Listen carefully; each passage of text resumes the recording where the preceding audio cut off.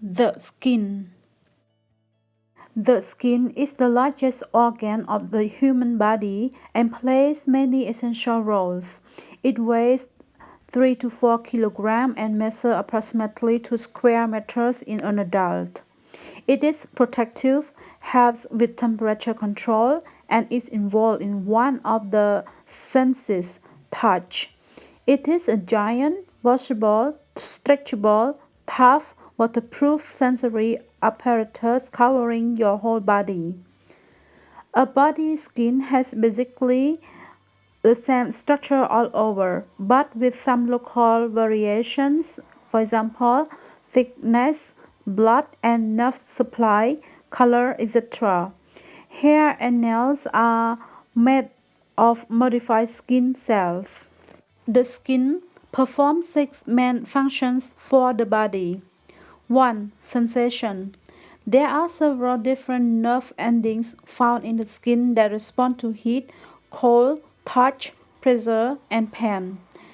There are the sensory nerve fibers that end in the skin and detect the various sensations, sending messages to the brain. Motor nerve fibers are connected to the erector pili muscle of the hair follicle. These cause the muscle to contract and lift the hair when a person is cold or frightened, causing goosebumps. The best moisture for the skin is its own natural level of water. Helping to prevent the loss of natural moisture is the best treatment to avoid the dry skin. 2. Heat regulation. The skin helps to keep the body at a constant temperature of 36.8 to 37 degrees C. It is able to do this in several ways. One way is by dilation or constriction, which is vasodilation or vasoconstriction of the blood vessel, which is capillaries, near the surface of the skin, thus retaining heat in the case of vasoconstriction or allowing it to escape vasodilation. Another way is through sweat produced by the sweat glands, which evaporates and cool the body. In addition, by having fat in the subcutaneous layer, this can insulate the body. Sensory nerve fiber control the heat regulation process, as well as the skin's reaction to the fright, fight, or flight mechanism that result in the sweaty palms. 3. Absorption. Some substances can be absorbed through the skin and will stay in that area, or more usually enter the bloodstream and be carried throughout the body. The effect of overabsorption can be seen after a good soak in the bath. The absorbency can be useful when applying nourishing products to the skin, but it can also be quite the reverse. The skin can sometimes allow penetration of harmful substances. Absorption through the skin is one of the routes of entry to the human body for chemical together with inhalation and ingestion. The skin should be protected when using potentially harmful substances so that the chances of absorption are minimized. 4. Protection.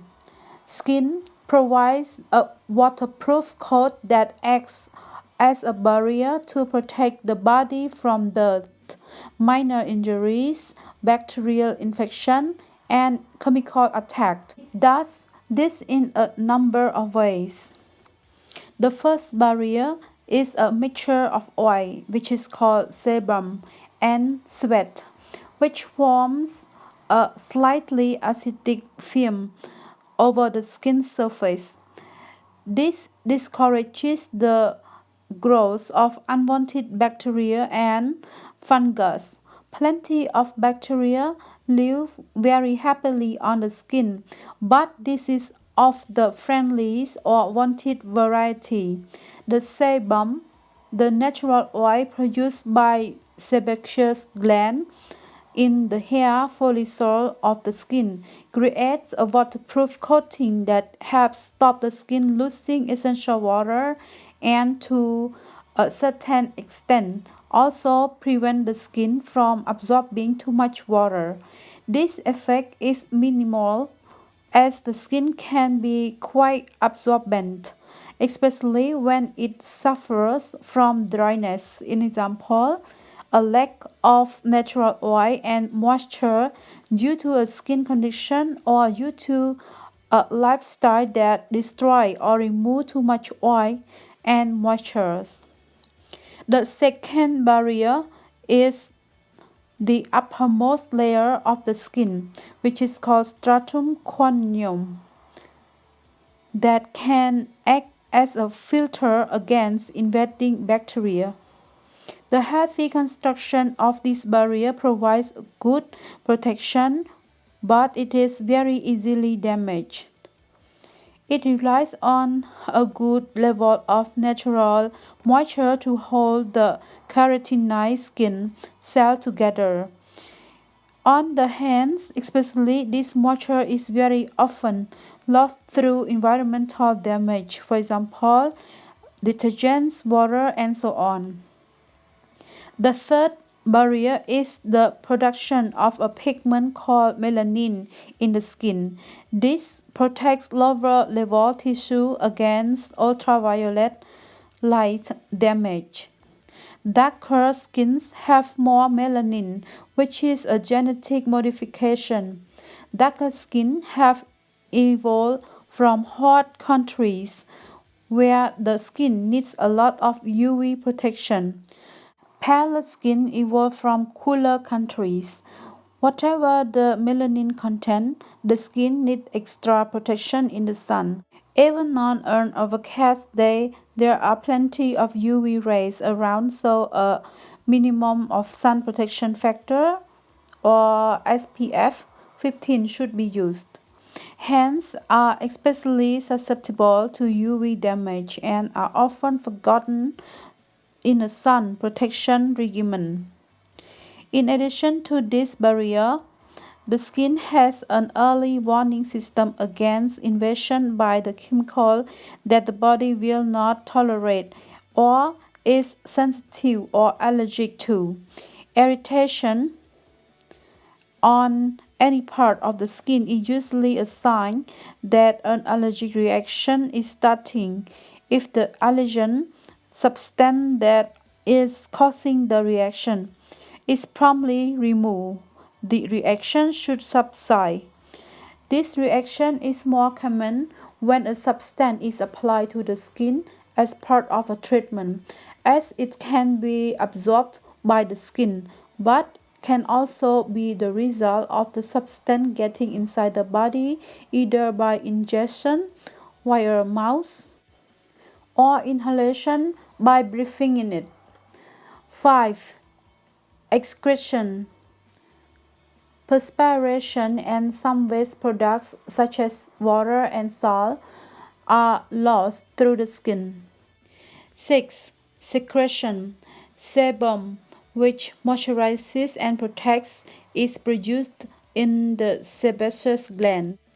Vitamin D formation. The skin is able to produce vitamin D through the action of UV light. This vitamin is essential to the absorption of calcium in the digestive system.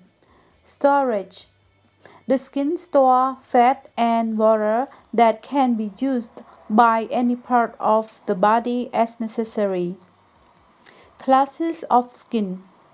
There are two main classes of skin, hairless and hairy skin, both of which can be found on the hands and feet. The other types are the mucous membranes that line the inside of body's orifices and mucocutaneous skins, which is found at the junction of the mucous membrane. For example, lips and nostrils. We are mainly concerned here with the two major types. thick hairless skin. Hairless skin is found on the palm of the hands and the sole of the feet. As the name suggests, this type does not have any hair follicle and therefore has no oil-producing glands, which make it prone to dryness. It has many sweat glands, which assist in gripping objects and heighten sensitivity. Certain layers of the skin in this type are thicker and enriched to allow for wear and tear and to give a non-slip surface. It has an epidermis of about 1.5 mm in thickness and a dermis of about 3 mm. Thin, hairy skin. Hairy skin covers much of the body and along with the many structures found in all skin, has hair follicle. Its epidermal layer is about 0.07 mm in thickness, half of the thickness of the hairless skin, and a dermis of about 1 to 2 mm. Layers of skin. It can be seen from the earlier diagram that there are three main layers of skin: the epidermis, the dermis, and the subcutaneous layer. In carrying out hand, feet, and nail treatments, we are more concerned with the structure of the epidermis, although the dermis does play some part. The epidermis. The epidermis is of special interest as nails are evolutionary adaptations of this cell-producing area, as are hair, hooves, horns, scales, and feathers. It is this layer that is treated in manicure and pedicure, and an improvement to the condition of this layer is what is most sought by clients who request a manicure. The epidermis consists of layers of skin cells in various stages of development, growth, adaptation, and death. The adaptation will depend on where the body in skin is situated. In a hair follicle, the cell will form a hair. In the matrix of the nail, they will form a nail plate. In area exposed to UV light, they will produce more melanin. On the palms of the hands and soles of the feet, the clear layer, which is stratum lucidum, will be much thicker. This progression of cells takes place from the lower level of the epidermis up through to the surface of skin. The cells go through many changes during this journey. The progression of a skin cell in an area of skin that does not require any adaptations and is normal and healthy takes around 4 to 6 weeks. Skin disorder or other general health problems can influence this process. The skin cell ends up keratinized, flat, and non-living and part of the protective stratum corneum. It is eventually shed from the skin and often found in house dust or the inside of the pair of thighs. Layers in the epidermis. 1.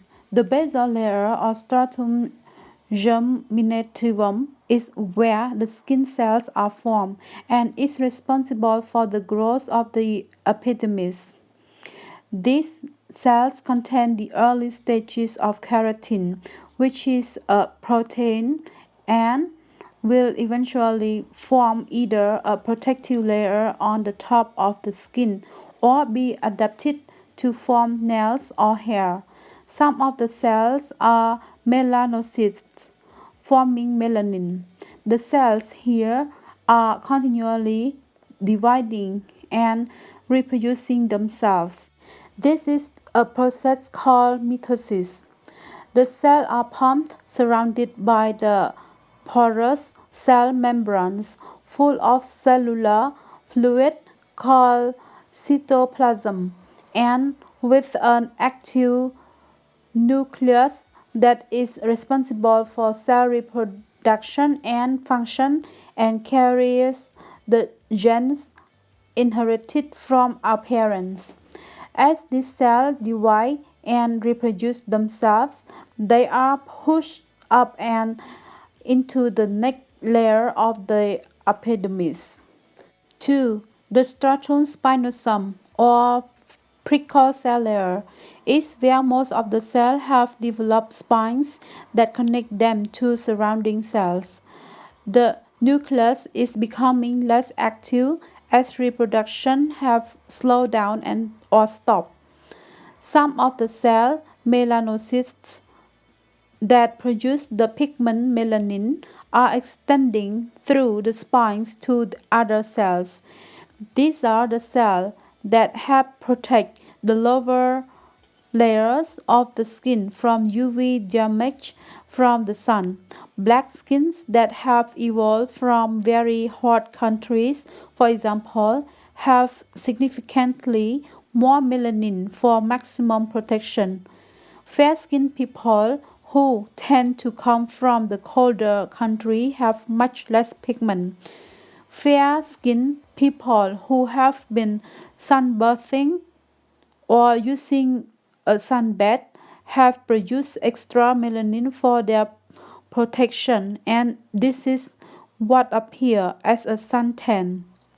All skin colors will develop some degree of color with unprotected exposure to UV radiation. Sunburn is where too much radiation from the sun has been on the skin before more melanin has been formed to protect it. This radiation has been able to penetrate to lower levels and could cause problems in later life. There is a great deal of advice becoming available now as the effects of overexposure to the sun's radiation are further understood. The amount of melanin can vary in the same area of skin. Patches of darker skin can be evident, sometimes on the back of the hands, the face, or chest. This can be due to an overproduction of melanin and is stimulated by UV radiation or caused by an hormone imbalance. For example, during pregnancy or when taking a contraceptive pill. In older people, liver spots on the back of the hand are caused by minor sun damage throughout their life. Freckles are triggered by exposure to sunlight, and the numbers of them can be genetic. They can also be the result of sun damage and are often found on lighter skin, as this type is more prone to suffer from overexposure. An opposite effect to the overproduction of melanin results in lighter patches on the skin. This is called vitiligo or leukoderma, and it is where the skin has lost its ability to produce melanin. There is also a condition where the whole of the skin is unable to produce melanin called albinism. People with this condition have very light skin and their hair and eyes lack color. None of these conditions is infectious, but the skin often needs extra protection, and the hands are the areas that tend to suffer the most. 3. The stratum granulosum or granular layer is where the cells are beginning to die. They appear much less plump and the nucleus begins to break up. The cytoplasm or cellular fluid is thickening and becoming granular where keratin is beginning to form. 4. The stratum lucidum or clear layer is an adapted layer that is found only on the palms of the hand and soles of the feet. That is the thick, hairless class of skin. This extra layer gives specific characteristics to these areas. The hands and feet need to grip. The hands to hold things and the feet to grip the ground. This clear layer help to form the dips and ridges in our hands and feet that are known as our finger or hand prints. Our feet also have the same prints.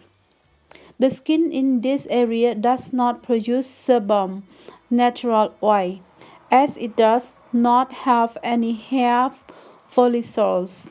Oil would make our hands and feet slippery.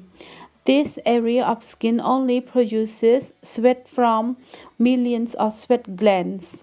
A small amount of sweat, together with the ridges and dips, helps our grip. Too much sweat makes our skin slippery, and usually a hormonal effect arising from an emotional moment such as fright or nervousness. Some people produce an excess amount of sweat on the palms of their hands. If such slippery hands are noticed, then the technician should take extra care in preparing the nail. 5. The stratum corneum or conified layer is the uppermost layer of skin. The cells have flattened, lost their nucleus and all the cytoplasm, and have become keratinized. The flat cells are held together in a type of brick wall arrangement by intercellular cement, which is mostly composed of lipids, a natural fat produced by the skin, together with sebum and sweat and keratin bonds. This form a wonderful barrier and protection for the skin, but it is easily damaged, especially on the hands. A newly keratinized cells are pushed up. The old flags of that skin are shed in the process called desquamation, in which the bones are broken down. This will happen naturally but can be speeded up by environmental excesses such as pollution or hot water that break down the intercellular cement. There are many conditions that affect this whole cycle, and there are skin disorders that can speed up the process, such as psoriasis or others that can slow it down. It is very important for a nail technician to understand this process just described for two reasons. First, it shows us why the skin surrounding the nail and that on the hand must be cared for, and second, it is the basis of how nails are formed. Below the epidermis is another part of the skin that is very different and much thicker that is called the dermis. The dermis. This layer carries the many structures that exist within the skin, such as nerve, blood, capillary, nerve ending, sweat ducts that open onto the surface of the skin as pores, and sebaceous glands that open into hair follicles. It helps to serve the epidermis by carrying a vast network of capillary, and it gives the epidermis structure support. Fiber in the dermis. One of the main features of the dermis is the network of strong fiber, of which there are two types, collagen and elastin. They are both made of protein. Collagen acts as a support to the skin, keeps it firm, and gives it a plump, youthful appearance.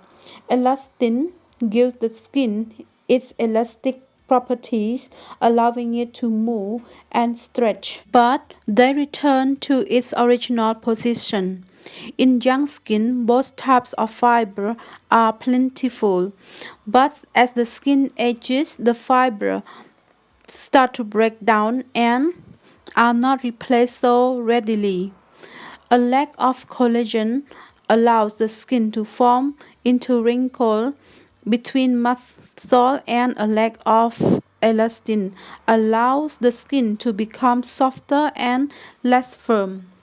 The skin of the back of the hands does not always demonstrate a person's exact biological age, as it is prone to misuse and damage and can look older than it is. The skin of the face is usually given more care and can often appear younger than the person's actual age. The skin on the backs of the hands has very little support in the way of muscle and stored fat. It does, however, have some very strong tendons that move the finger and large blood vessels that supply the hand.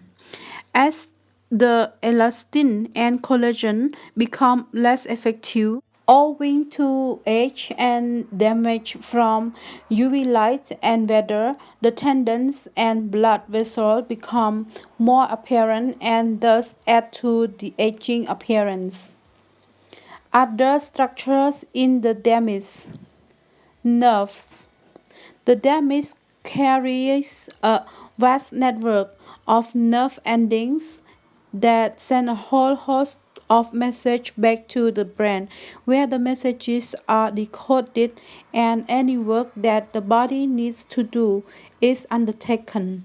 Nerves give our sense of touch, and our fingertips are some of the most sensitive areas of our body because they have a large number of sensory nerves. In addition to the ability to feel, the nerves also provide a form of protection. If extreme heat is felt, sensory nerves send an emergency message to the brain. The brain recognizes the emergency and sends another message via the nervous system and motor nerves to the muscle that will then contract and move the relevant area of the body away from the danger. The type of nerve that sends a message to a muscle is a motor nerve. This whole procedure can take place in a fraction of a second. Blood vessels. These make up a network of fine arteries, veins, and capillaries that carry blood around the body to maintain the health of all the organs, including the skin. Blood carries nutrients or food and oxygen to every cell in the body and remove waste products. The blood plays several essential roles in the working of the whole body. With regard to the skin, in addition to supporting cellular activity, its main role is connected with heat regulation. If the body is becoming too hot, the blood vessel in the skin dilate, becoming bigger. This assists heat loss. The reverse happens in the body is becoming cold. The vessels constrict, keeping the blood deeper within the body to conserve heat. Increased blood supply in the skin causing redness without any obvious damage could be the body's defense mechanism in action. A harmful item such as splinter or chemical could have entered the skin and be causing an irritation. Cells within the dermis called mast cells release a chemical called histamine that increases the blood supply to the area and attempts to destroy the invader.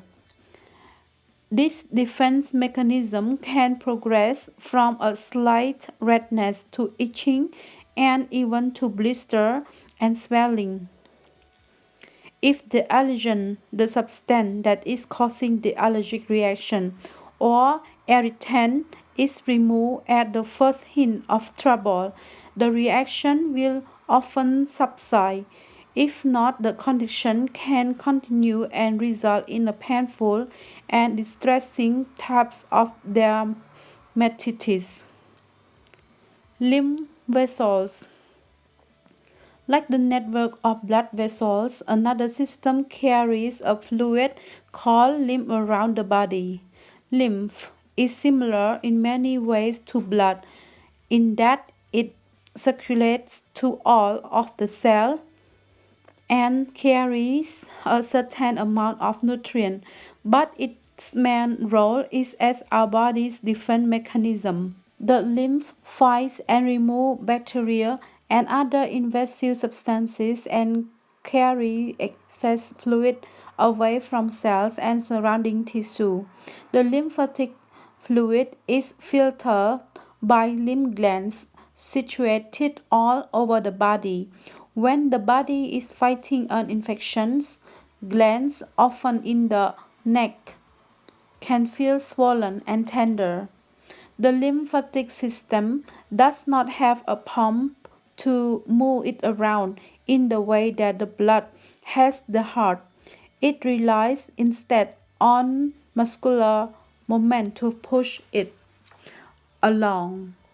The flow of lymph can sometimes be sluggish and excess fluid and waste can build up in certain areas. There are no lymph glands sited near the feet, and gravity will often cause excess fluid to collect in this area. The nearest glands are at the top of the leg, in the groin, and behind the knee. The nearest glands to the hand are in the inside of the elbows. Massage in these areas with movement toward the glands can help to increase circulation and reduce excess fluid in the hands and feet. Sweat glands. Sweat glands, with their own blood supply, are sited in the dermis, and a tube or duct leads directly from the gland through the dermis and epidermis to open onto the surface and is seen as a pore in the skin. There are more sweat glands on the palms of the hand and soles of the feet than anywhere else on the body. The most common type of gland, endocrine glands, are found all over the body and help to regulate the body's heat by secreting small amounts of sweat all the time. This function also helps to regulate the body's salt levels and eliminates some waste products. Sweat helps to keep the skin hydrated and is part of the acid mantle that helps protect the skin. The level of sweat produced can be affected by the nervous system. For example, emotions can raise the level. You may have noticed how anxiety often makes your palms very sweaty. Another less common type are apocrine glands, which are situated under the arm and groin. The sweat secreted from these has a different chemical composition and hormones control its production. Hair follicles. Another structure found in the dermis of the skin are hair follicles, with the exception of the palms of the hands, the sole of the feet, and the lips. A follicle is a long sac-like shape where epidermal tissue extends from the surface of the skin down through the epidermis and dermis to its own blood supply. At the base of the follicle is an area called the germinal matrix, where certain epidermal cells are instructed by their nucleus to adapt their growth and form together to create a hair. As in the epidermis, the new cells push the older ones upward and the hair grows up the follicle and out through the surface of the skin, with the cells completely keratinized and hardened to become the hair shaft. Different types of hair grow in different areas of the skin. Although the same structure, the hairs have different characteristics. For example, hair on the head has a longer lifespan than the hair of the eyelash. This is why eyelashes only grow to a certain length before falling out. Sebaceous glands. Connected to the follicle is another structure, the sebaceous gland. This secretes a natural oil sebum onto the hair shaft and the skin surface. The oil helps to lubricate the hair shaft and play an important role in the skin's protective functions. It helps create a waterproof barrier and therefore keep moisture in the cells of the skin, and it also together with sweat creates a slightly acidic covering on the skin that acts as a bactericide and discourages the growth of unwanted microorganisms. This covering is known as the acid mantle.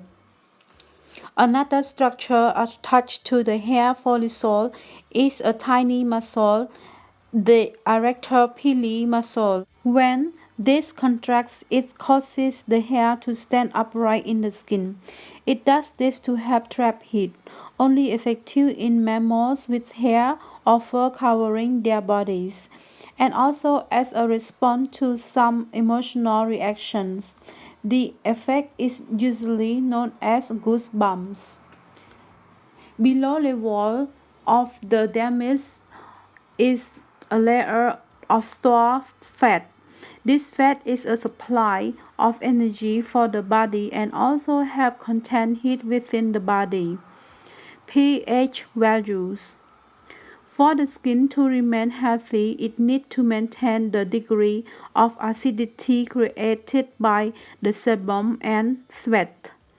If this changes too much, the skin can become dry, and if it changes drastically, the skin is damaged.